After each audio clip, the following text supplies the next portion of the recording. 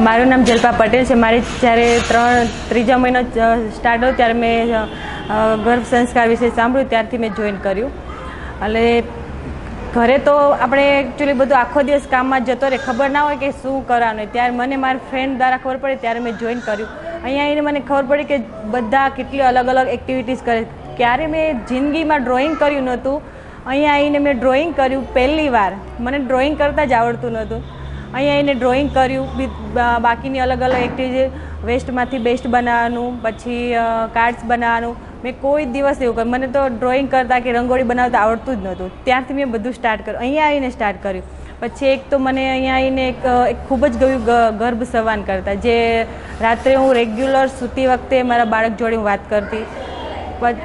ત્રીજા મહિનાથી મેં સ્ટાર્ટ કર્યું, છેક સુધી મેં એન્ડ સુધી ચાલુ રાખ્યું હતું એની જોડે વાત કરવાનું। ત્યારે મને અલગ જ એક્સપિરિયન્સ થયો હતો। અહીંયા આવીને મને ઘણું જાણવા મળ્યું। અહીંયા આવીને બધો ગ્રુપમાં બધા જોડે મળીને અલગ અલગ એક્ટિવિટીઝ કરવી, પઝલ્સ, સોંગ ગાવા, બાળગીત, એવું બધું। બાળગીતો તો મેં મને યાદ નથી, હું ક્યારે નાની હતી ત્યારે મેં ગાયા હતા।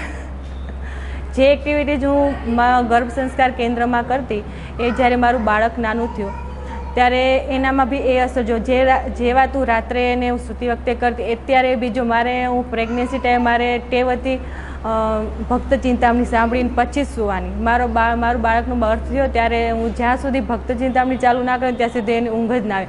હાલમાં બી એના 11 મંથ ફિનિશ થયા તો બી એને ખવડાવવું હોય, એને સુવડાવવો હોય તો બી જ્યારે ભક્ત ચિંતામણી ચાલુ કરવું હોય તો જ એ ઊંઘે, ત્યાં સુધી ઊંઘે નહીં। ગમે ત્યાં જો મારે ભક્ત ચિંતામણી જોડે જ રાખવી પડે। એટલે એ એક મારા બાળકમાં હેબિટ સારી આવી છે। બીજું, એને જે વસ્તુ એકવાર જોવે ને એ બધી કેચઅપ કરી લે છે।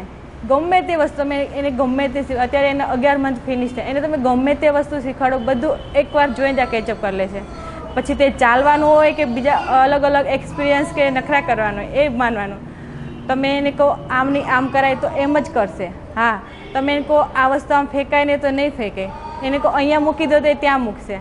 એટલે મારા ખ્યાલ મુજબ જે લોકો અહીંયા આવતા ન હોય, બપોરનો ટાઈમ સૂવામાં કાઢો, ખોટી આળસ કરી એના બદલે આવી પ્રવૃત્તિ જોઈન કરો અને તમારા બાળકને નવું નવું શીખવાડો, નવા નવા એક્સપિરિયન્સ આપો અને નવું જાણવા મળશે, અને એ તમારા બાળક માટે જ સારું છે।